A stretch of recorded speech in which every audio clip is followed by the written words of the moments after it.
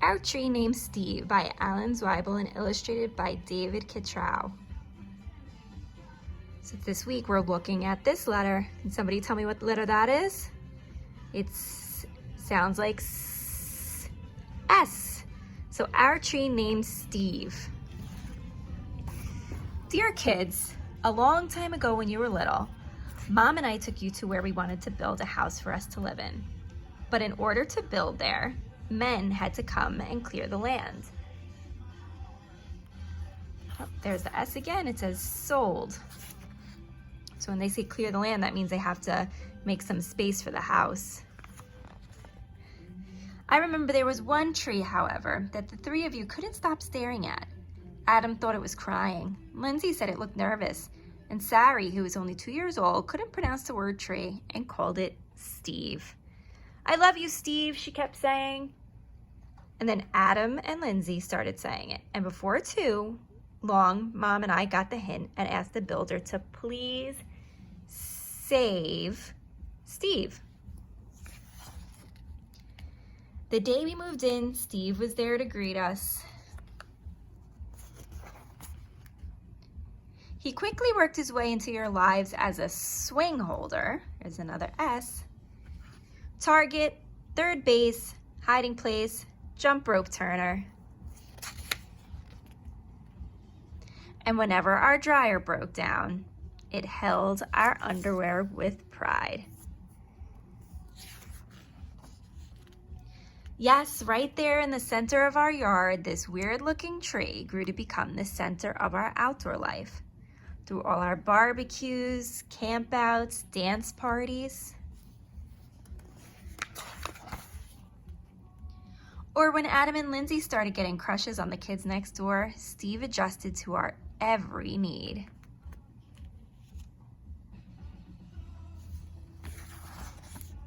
And it wasn't always easy, standing through snowstorms in the winter. There's more S words, standing and snowstorms.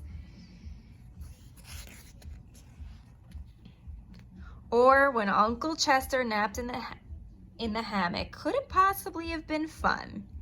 Not to mention the time the sewer overflowed and Steve sucked up all the smelly water before it drowned Kirby.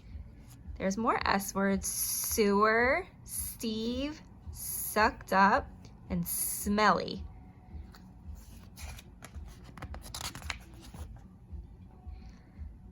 Then he got so sick himself that the tree doctor had to give Steve a haircut that made him look like a big thumb. Through the years, Mom and I have tried to show you in a world filled with strangers the peace that comes with having things you can count on and a safe place to return after a hard day or long trip.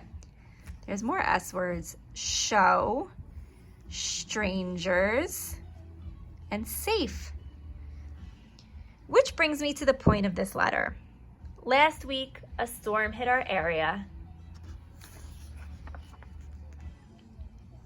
And though we spared Steve's life a long time ago, this time we couldn't save him. Oh no, what happened to Steve the tree? He fell. Aw, they look disappointed. Are we sad? Sure we are.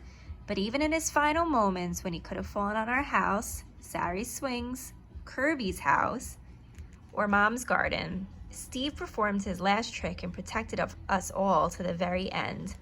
Friends like these are hard to find. So when you come home from Grandma's next week, Steve will not be able to greet you as he's done in the past. I'm sorry, but please know that Steve will always be with us in our hearts, in our thoughts, and in a different tree at the other end of our yard. See you next week. Love, Dad.